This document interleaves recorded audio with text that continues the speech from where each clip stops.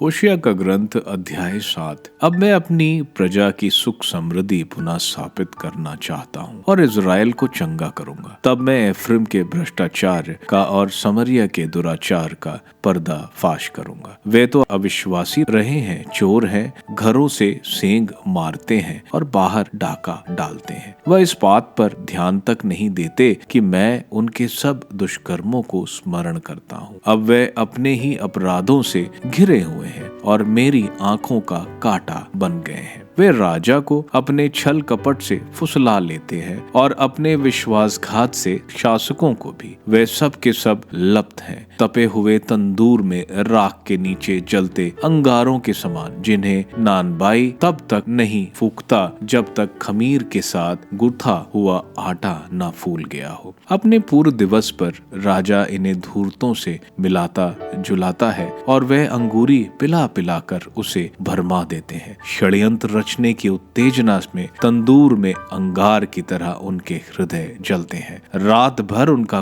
क्रोध सुलगता रहता है और बोर की धधकती ज्वाला बनकर भभक उठता है। तब वे धधकती भट्टी बनकर अपने शासकों को भस्म कर देते हैं। इस प्रकार उनके सभी राजाओं का पतन हो गया है और उनमें से किसी ने भी मुझको नहीं पुकारा है। एफ्रेम अन्य जातियों के साथ घुल मिल गया है। एफ्रेम अधपति रोटी है, विदेशी उसकी शक्ति खा रहे हैं, किंतु उसे उसका कुछ पता नहीं। अनजाने ही उसके बाल पक गए हैं। इज़राइल का घमंड उसी के अपने मुंह पर कालिक लगा रहा है। ये होते हुए भी वे न अपने प्रभु ईश्वर की ओर उन्मुख होते, न ही उसे ढूंढते हैं। एफ्रेम नादान और नासमझ कबूतर है। वे मिस्र की सहायता मांगते और असुर की शरण दौड़ते हैं। जब वे वहां जाएंगे तो मैं उन पर जाल फेंक कर उन्हें पक्षियों की तरह गिरा दूंगा।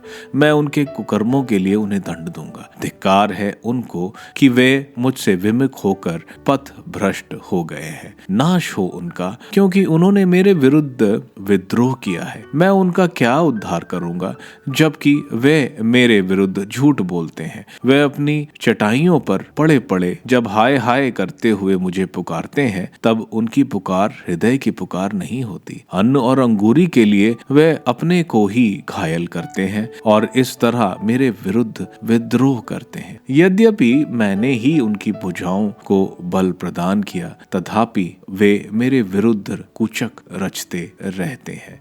वे बिना डोरी के धनुष जैसे ढीले हैं। वे तो बाल देवता के पास लौटकर उसकी दुहाई देते हैं। बात करने में गुस्ताखी के कारण ही उनके शासक तलवार से मरेंगे। मिस्र में लोग उनकी बड़ी हंसी उड़ाएंगे।